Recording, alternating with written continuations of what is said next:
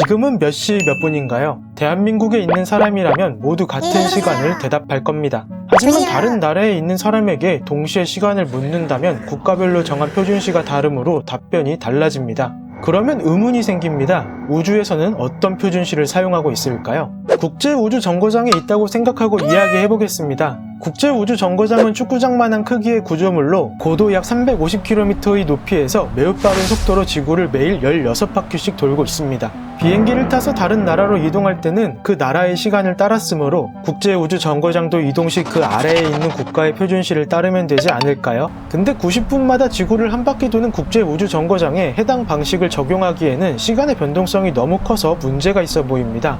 결론부터 말하면 우주에서는 1972년 1월 1일 시행한 국제표준시인 협정세계시를 사용합니다. 그리고 경우에 따라 우주선을 발사한 국가의 표준시를 사용하거나 발사 경과 시간에 따른 시간을 사용합니다.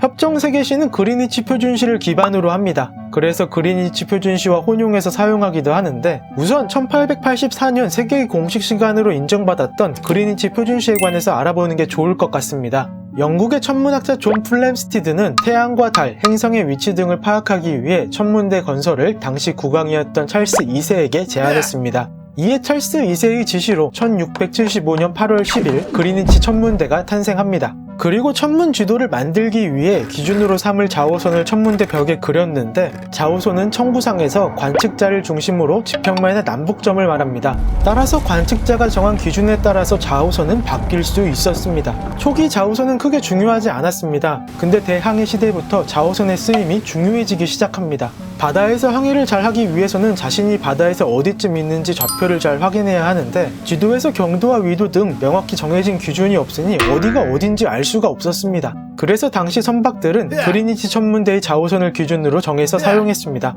근데 다른 국가에서 공식적으로 인정해주지 않으면 여전히 혼란이 생길 수 있습니다. 그렇다고 다른 국가의 자오선을 기준으로 정하기에는 내키지 않았으므로 1884년 10월 워싱턴에서 국제자오선 협정을 통해 기준을 정하기로 했습니다. 당시 25개국이 참석했고 이 중 22개국이 영국 그리니치 왕립 천문대를 본초 자오선으로 인정했습니다. 이후 시간의 기준도 본초 자오선을 기준으로 15도씩 돌아갈 때마다 1시간씩 차이 나는 것으로 정했고 이렇게 탄생한 것이 그리니치 표준시입니다.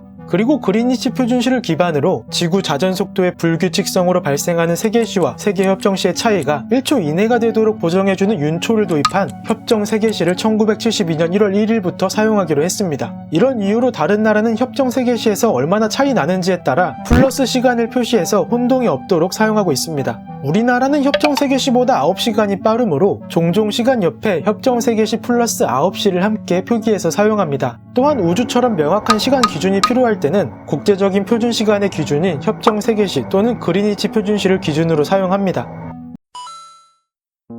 사서에서 물어보지 못했지만 궁금했던 이야기, 오늘의 사물궁이는 여기까지입니다. 재밌게 보셨다면 구독과 좋아요 부탁드립니다. 주제 제보가 하고 싶으신 분은 채널 아래에 제보 링크가 있으니 참고하길 바랍니다.